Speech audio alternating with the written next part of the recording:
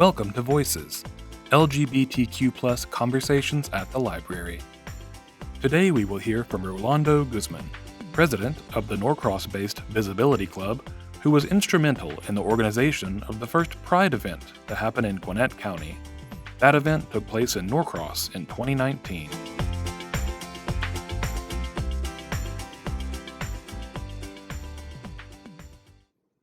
My name is Rolando Guzman, and I'm the president of Visibility Club. I'm from Mexico, but I moved to the US right after college, and I've been a Gwinnett County resident since 2004. The lack of businesses that cater to our community makes it really difficult for our community to meet each other in the suburbs. My husband and I had been in Norcross since 2004, and we still didn't have any friends within the community. So in 2017, when I came across the Meetup app, I thought about starting a group so we could actually meet people. The name of that group was Gay Norcross Club. And within a month, we probably had like 40 members. And so we started hosting events at least once a month. And right now we have about 900 members on Facebook and 700 on Meetup.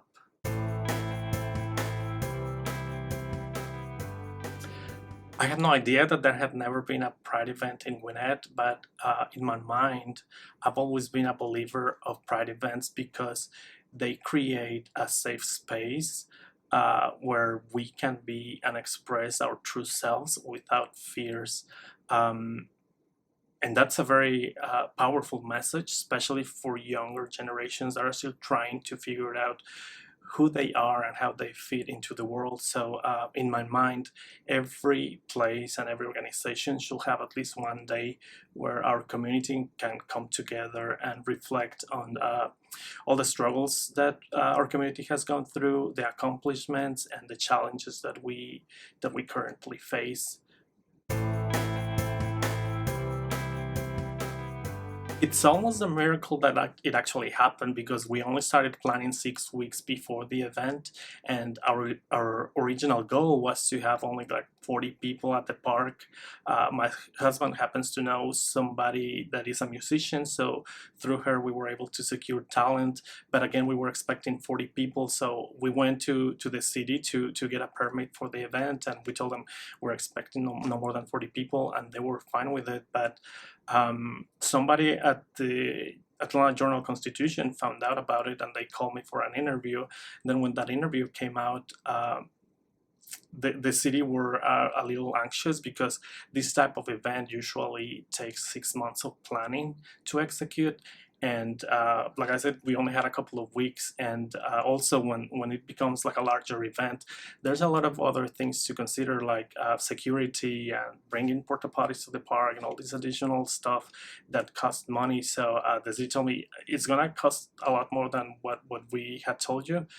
Do you have the money? And I'm like, tell me how much, and we'll see if we can get it. So by that time, there were a lot of people excited about it. So when we knew the amount, we just opened a crowdfunding page, and we actually ended up collecting probably like 50% more than we actually needed. So I would say that was the most challenging part, but people were so excited about it that it wasn't that difficult to accomplish. It definitely surpassed any expectations that we had because, like I said, we were expecting 40 people and 1,500 actually showed up. And aside from that, I felt like the whole ambience and the vibe of everybody who attended was very friendly. Everybody was very excited. So unlike other Pride events that can feel kind of cold because of the amount of people and the amount of things happening at the same time, I felt like it accomplished a lot in terms of building a network within the community. The planning of the event was so intense that we never had time to stop and think about everything that was going on.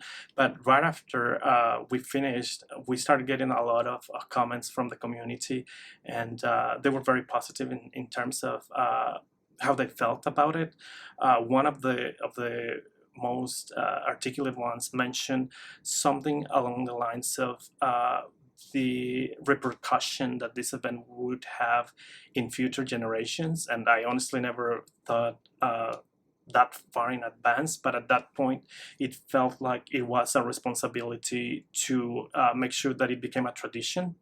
So we realized that the name Norcross Gay Club was very short-sighted, and we wanted to make it very inclusive, but at the same time something that other cities could replicate, because some of the comments that we received as well were from other cities that said, hey, how did you guys pull this off so we can do the same?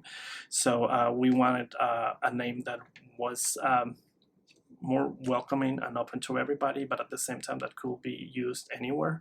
So we removed Norcross and gay, and we landed with visibility, because at the end of the day, that's our core belief, that our community needs more visibility, because visibility leads to representation, and representation leads to equality, and that's something that our community really needs. Our goal is to make it an annual event. Last year we had to stop because of the pandemic, but this year, since things are starting to look better, we're planning the next one for September 4th. And in the same spirit of being more welcoming and opening, we're rebranding it as Gwinnett Pride.